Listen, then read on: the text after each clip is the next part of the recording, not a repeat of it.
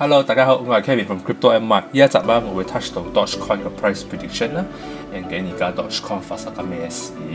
如果你有睇 Dogecoin 嘅前日嘅價錢啦 ，Dogecoin 有起到0.4個半嘅，哇，係好高噶啦，真係算係好高噶啦。所以做咩 Dogecoin 會上到咁高咧？如果你睇翻Dogecoin 嘅新聞啦，我哋開翻嚟 Dogecoin 嘅新聞啦，呢度有寫過。Dogecoin search as popular trading apps adds cryptocurrency for millions of users。呢個係一個 eToro 嘅 platform 啊 ，eToro 嘅 platform 已經add 咗呢個 Dogecoin to their platform 啊 ，means 你可以做 trading in Dogecoin 啦 ，to 呢個 eToro 嘅 platform 嘅 ，which is a good thing。所以而家好多 users 啊，加上好多 users 啊，好多 traders 啊，可以 trade 呢個 Dogecoin 啦 ，against 其他嘅like USDT 啊 whatsoever。係一個好唔錯一個 decision making for 呢個 eToro 嘅。如果你睇翻 eToro 啦 ，OK，eToro 係一個 social trading and a multi-asset brokerage company that focus providing financial and copy trading services。所以佢嘅 value of 呢個 company 咧有800個 million 啊。So it's considered a very good 新聞啦 for 呢個 Dogecoin 啦。加上啦，我哋睇第二個新聞啦，第二個新聞就係呢個 Travala.com 啦。呢個 Travala.com 係好似呢啲Traveloka 啊啲啊，你可以 book hotel 啊、flight 啊、activities and travel gift cards 㗎。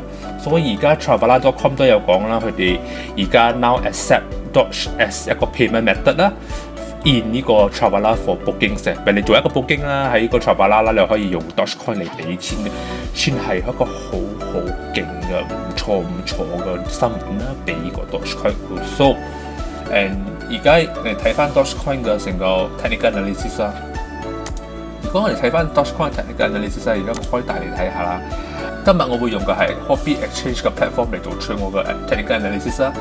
如果你哋未有 Huobi account 嚟講，陣間我會放一個 link 喺下邊啦，你哋可以直頭撳啦，就可以 register 嘅。OK， 入翻呢個 Huobi 呢個 platform 啦，我哋睇下呢個 Dogecoin 啦。而家我開緊嘅係day one，我哋開翻 week one 先啦 ，one week 先啦。OK，one week 嚟講都唔使睇啦，係一直起到好緊要啦。所以呢個 consider 係一個好 strong 嘅 bull market 嚟嘅。But then 你可以 consider 下呢度啦，呢度係一個好 strong 嘅 overbought area 啦，所以呢個係我哋愛 take note 㗎啦。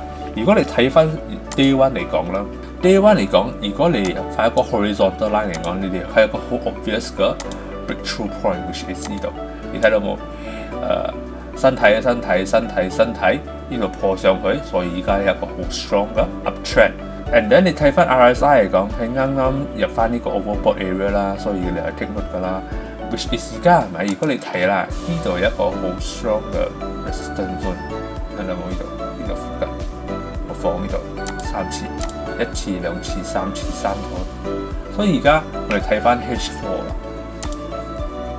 OK， 而家 H4 嚟講，你會睇到一個好similar 嘅 case 啦。as 你睇到就1個、2個、3個，所以你睇到呢度有一個 support resistance 頭先我畫㗎啦。and then 你睇到呢度。個蠟燭啱破上去頭先冇幾耐，就係尋日半夜嘅時候。所以而家兩 monitor 嘅係咩咧？好簡單嘅。而家我已經畫咗呢個所謂嘅 Fibonacci retracement，which is from here to here。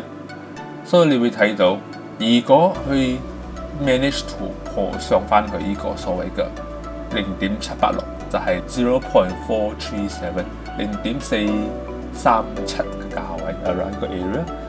如果係 stay above 呢個0.786嘅價位啦，佢好大個可能佢會 continue search 到呢個0.45嘅，search 翻到呢個0.45。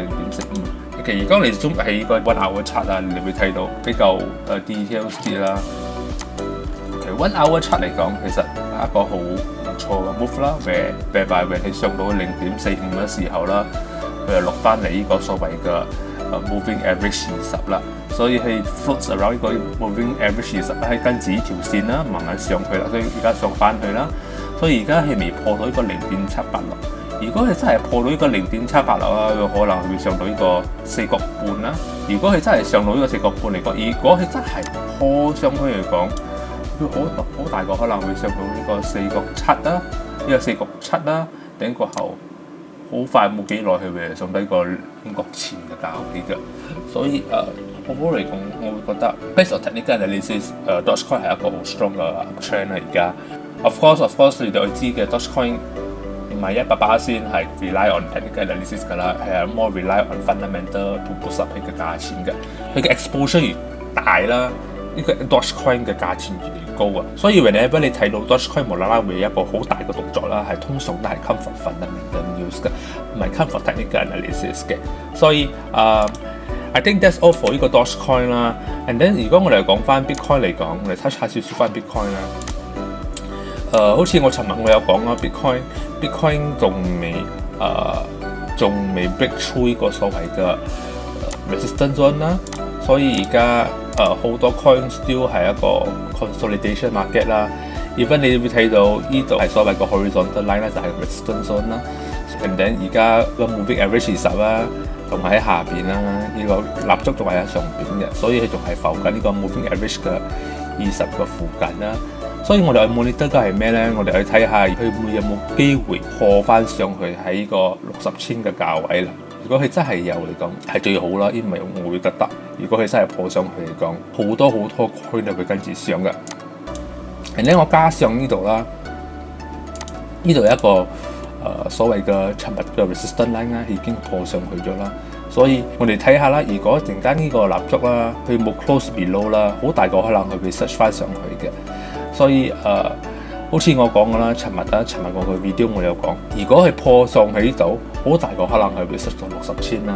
所以我哋去睇下呢度陣間佢有冇 close below 啦。如果佢冇 close below 嚟講，好大個可能佢慢慢浮翻上去呢度嘅。浮收上呢度咧，佢嘅最大嘅main point 啦，佢嘅新增咧係60千啦。如果真係破到個60千嚟講，好大個可能佢會上翻呢個64千嘅。It's a very crucial moment for 呢個 Bitcoin 咧，係因為如果 Bitcoin 係上嘅，我 believe 好多altcoin 係跟住上，好似我前幾日我都有講過㗎。OK，so I think that's all for today episode 啦。如果你真係中意我 episode 嚟講，記得幫我撳 like、share and subscribe。I'll see you guys in next episode and bye bye。